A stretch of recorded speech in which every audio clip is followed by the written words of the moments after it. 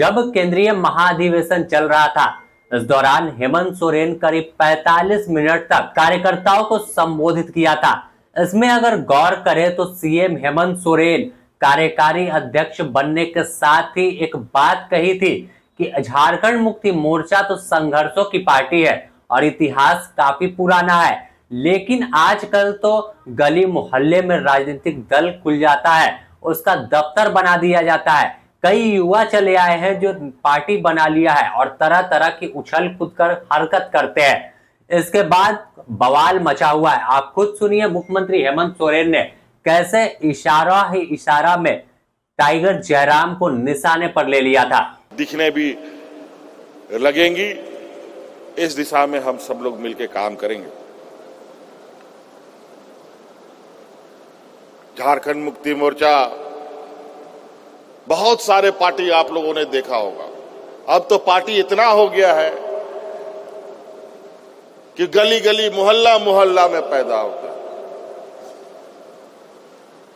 ना जाने कहां से लोगों को ये पार्टी बनाने का शौक हुआ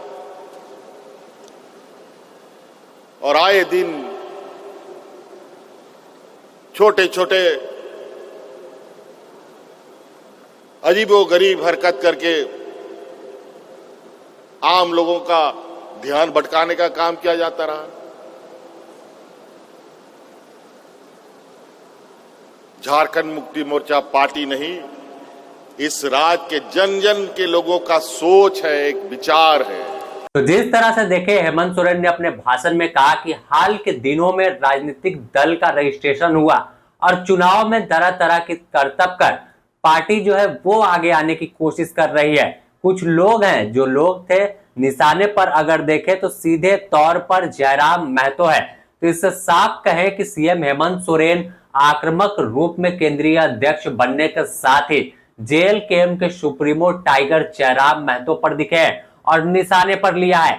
जिस तरह से हेमंत सोरेन ने अपने भाषण में कहा कि कई लोग हैं जो तरह तरह के हरकत करते हैं, तरह तरह के काम करते हैं और किसी तरह पार्टी बना लेते हैं, इनका कोई संघर्ष का इतिहास नहीं होता। अगर देखें तो हाल के दिनों में जमकर झारखंड में राजनीतिक बवाल हुआ है, कई राजनीतिक दल रजिस्ट्रेशन हुआ है, जिसमें एक टाइगर जयराम महतो का भी है नाम, जो चुनाव के वक्त किस तरह से एक सीट जीतकर चले आए। तो इससे साफ है कि चिंता में झारखंड मुक्ति मोर्चा भी है कि आने वाले दिनों में यह पार्टी कुछ भी कर सकती है और कुछ भी हो सकता है। इसी अंदेशा को लेकर मुख्यमंत्री हेमंत सोरेन ने जब पार्टी की बागडोर संभाली तो निशाने पर सीधे जयराम महतो को ले लिया है और जयराम को सुना दिया है। समझने को जयराम महतो समझ गए होंगे कि यह किसकी बात हो रही है और तमाम लोग भी मुख्यमंत्री हेमंत सोरेन क्या कहना चाहते हैं और वो किसे निशाने पर ले रहे हैं। फिलहाल देखना होगा कि आखिर जयराम महतो की ओर से इस पर क्या कुछ प्रतिक्रिया आती है और आगे किस तरह का माहौल तैयार होता है। फिलहाल तो साफ तौर पर देखें कि केंद्रीय अध्यक्ष बनने के बाद जयराम महतो पर हेमंत सोरेन आक्रामक दिखे हैं।